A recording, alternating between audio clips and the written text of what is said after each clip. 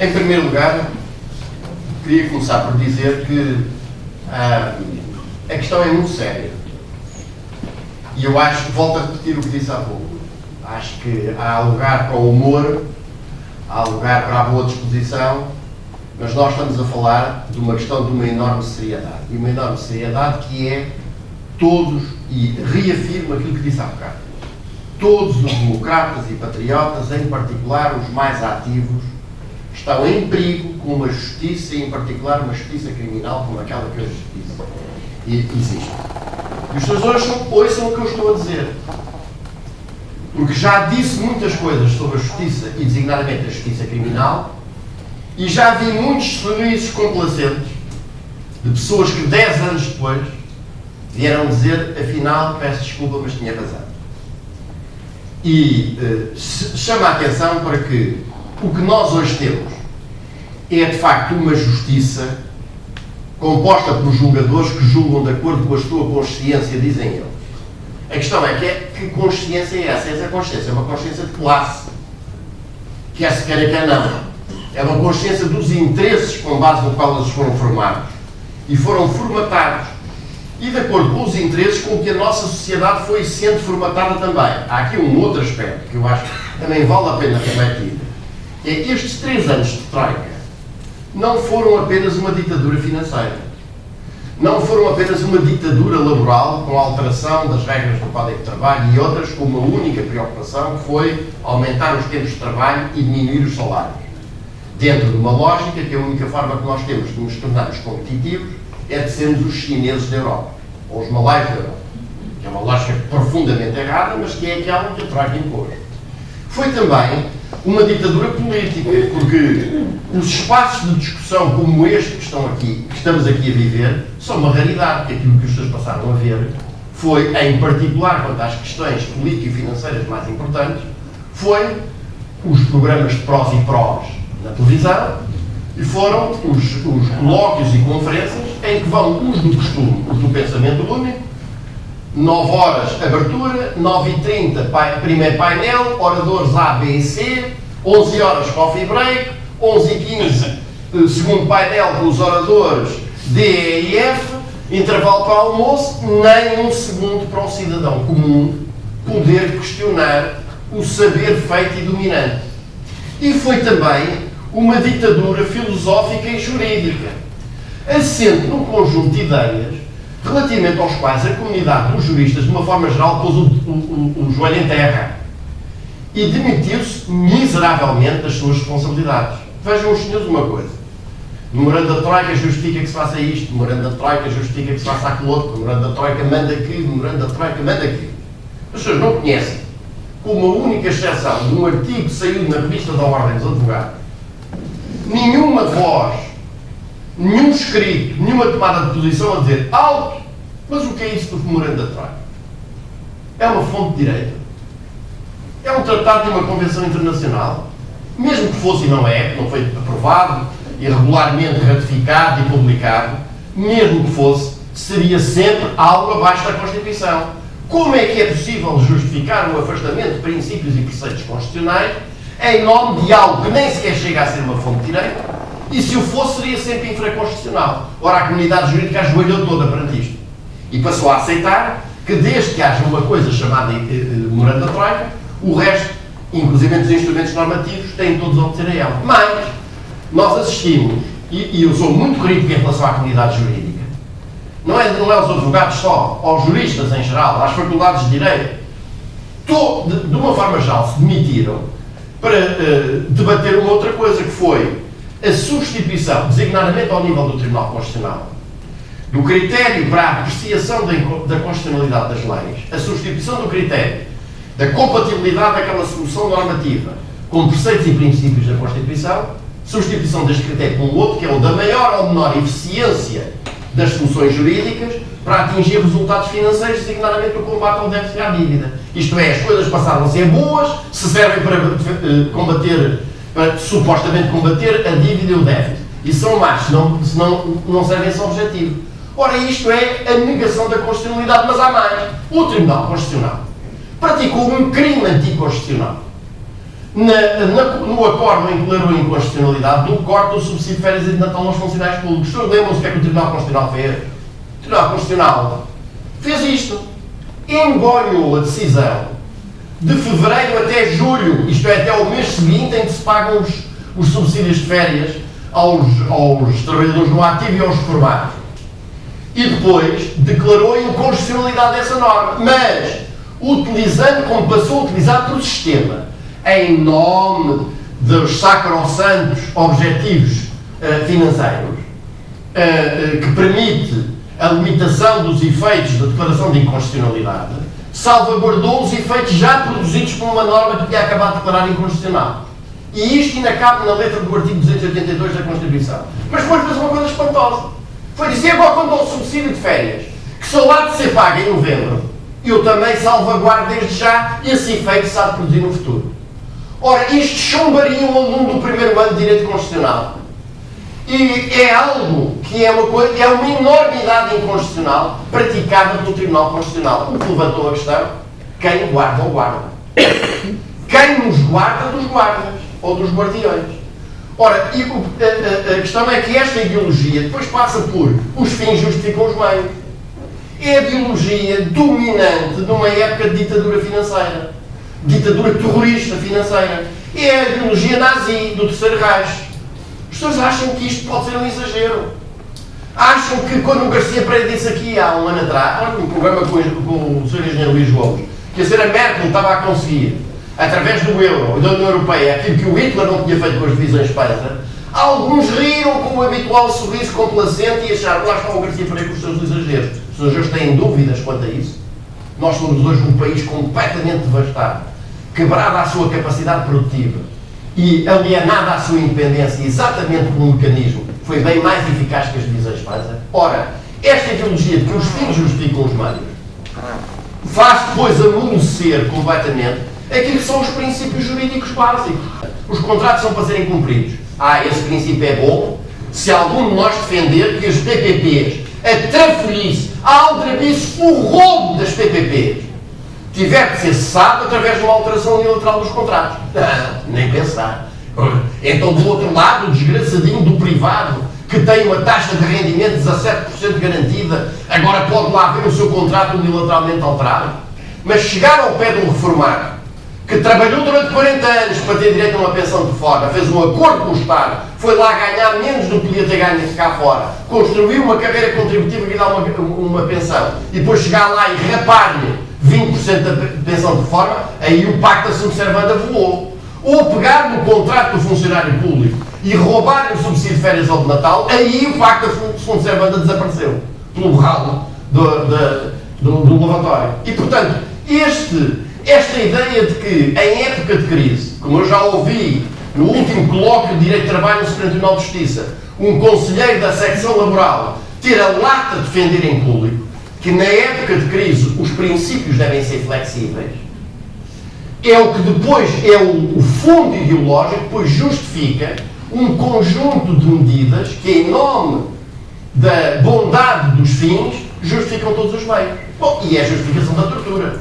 Foi o que, aliás, disse ao Sr. Conselheiro. Um bocado nervoso, mas teve que resolver.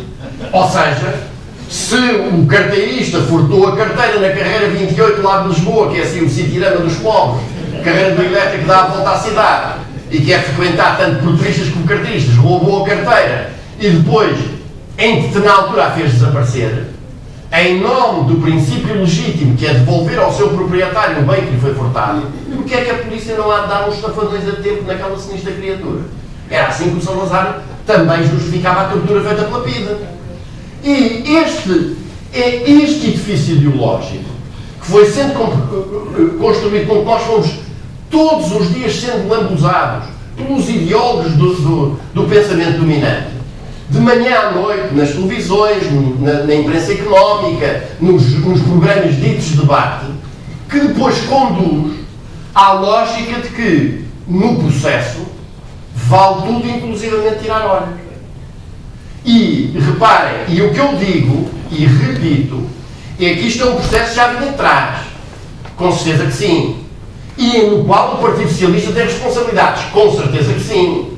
Grande parte do edifício, que é o Ministério Público, que é um verdadeiro Estado dentro do Estado, neste momento, foi construído pela Santa Aliança do Dr. Cunha Rodrigues com o governo do PS. Com o Dr. Vera Jardim como Ministro da Justiça primeiro e o Dr. António Costa depois.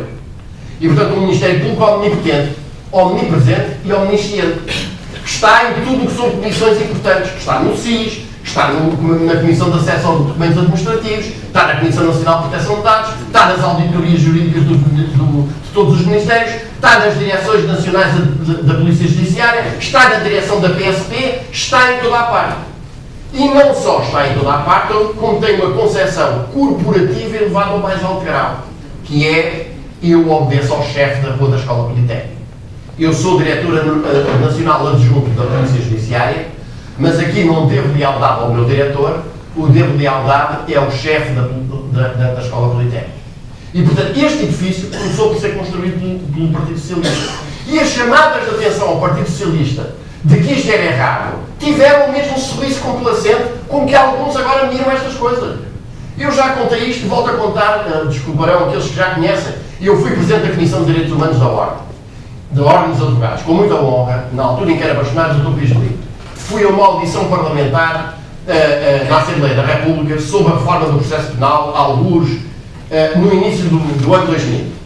E quando se foi discutir a reforma do processo penal, eu suscitei o problema que vinha preocupando a Comissão de Direitos Humanos, exatamente deste modelo de processo penal em que o Ministério Público é dono, é o dominus do processo na fase inicial. E faz o que quer, quanto a acusar e quanto a arquivar, que é o outro poder igualmente tenebroso. E o terceiro é: gera os timings da sua atuação, como bem entende, com critérios absolutamente insindicáveis. E quando se levantou esta questão, houve um deputado do Partido Socialista, que foi o Dr. José Magalhães, que me interrompe e diz: o modelo do processo penal não está aqui em discussão. Portanto, não vamos discutir isso. E eu voltei para o colega da Comissão para acompanhar e vamos embora. Enganei-me, peço imensa desculpa aos seus deputados, mas pensei que uma audição parlamentar era uma coisa em que os seus deputados ouviam. Pelos vistos, não estão dispostos a ouvir.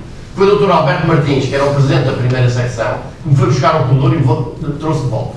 E discutiu-se exatamente que os senhores estão a criar um processo penal onde o Ministério Público pode fazer coisas como aquelas que vai fazer na Casa Pia, porque na Casa Pia não é só o envolvimento do Dr. Ferro Rodrigues. Os senhores nunca ouviram falar do envelope 9.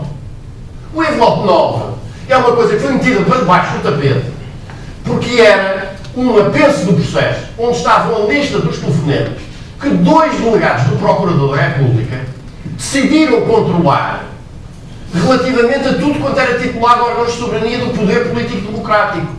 Designadamente, por exemplo, os telefonemas feitos da casa do Dr. Jorge Sampaio. Porquê? Os 2 delegados do Procurador da República tinham dúvidas que o Dr. Jorge Sampaio estivesse envolvido na pedofilia? Ou estavam-se a aproveitar de um processo para obter informação e dados acerca de representantes do poder político democrático?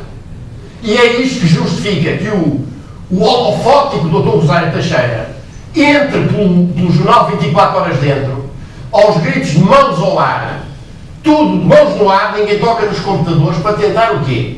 Apreender os elementos que os jornalistas desse jornal tinham conseguido apurar quanto à existência deste anexo do célebre envelope 9. Não estava em causa investigar aquilo que é um abuso de poder de uma enormíssima gravidade. E que, naturalmente, nós temos aqui outra coisa que é, então, havendo um enorme abuso de poder, que é 2 delegados do Procurador da República, 2 delegados do Procurador, que se forem acusados de alguma coisa, têm de ser julgados, têm de ter o seu processo de inquérito dirigido pela instância superior, porque eles são magistrados, e são julgados na instância superior, atrevem-se a, sob o pretexto de um determinado processo, ir tentar devassar a vida privada do Presidente da República da altura e dos respectivos filhos?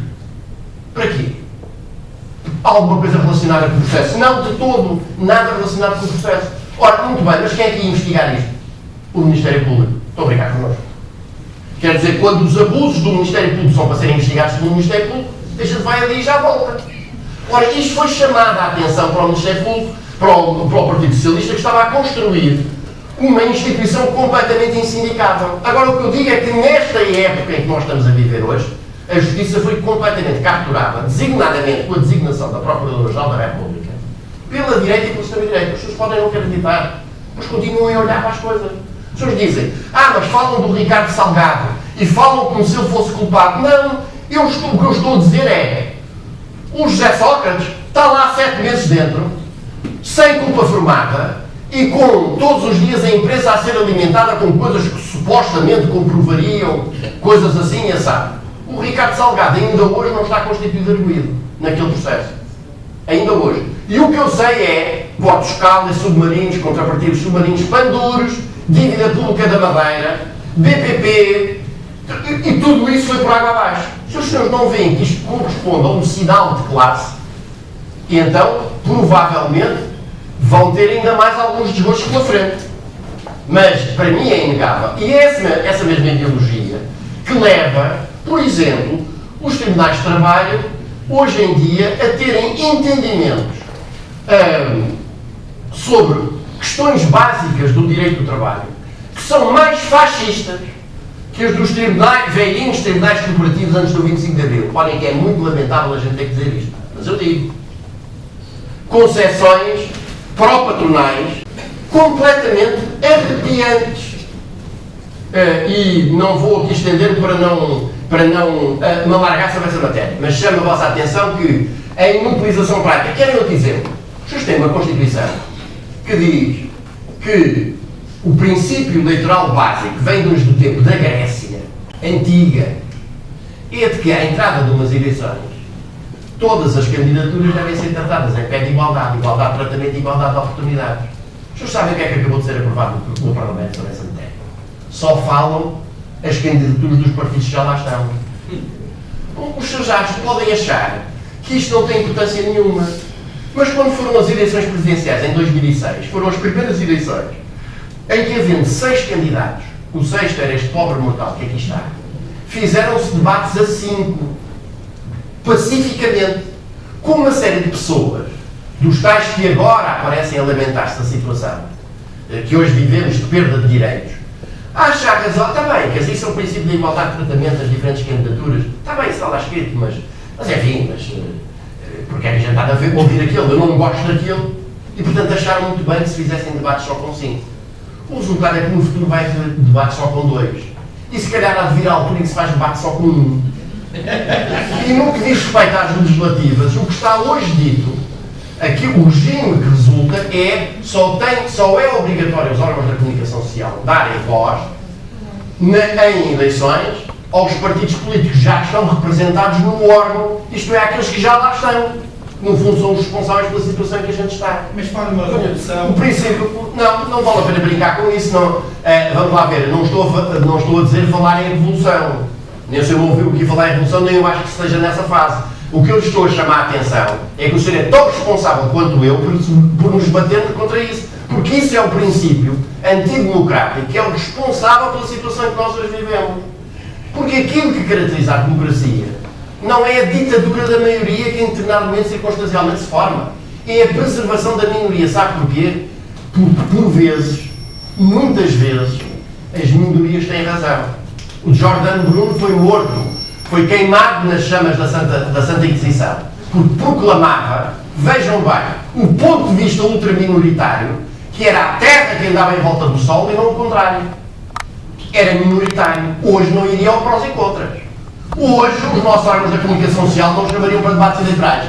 E, todavia, era ele que tinha razão. Obrigado.